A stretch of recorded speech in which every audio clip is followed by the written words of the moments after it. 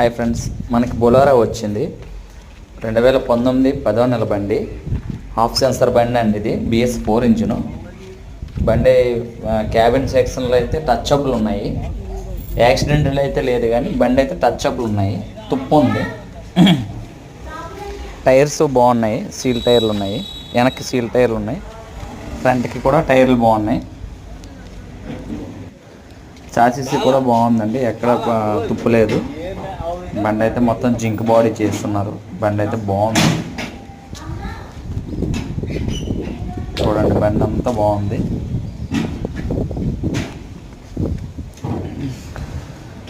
Cab తొట్టి అంతా బాగుందండి.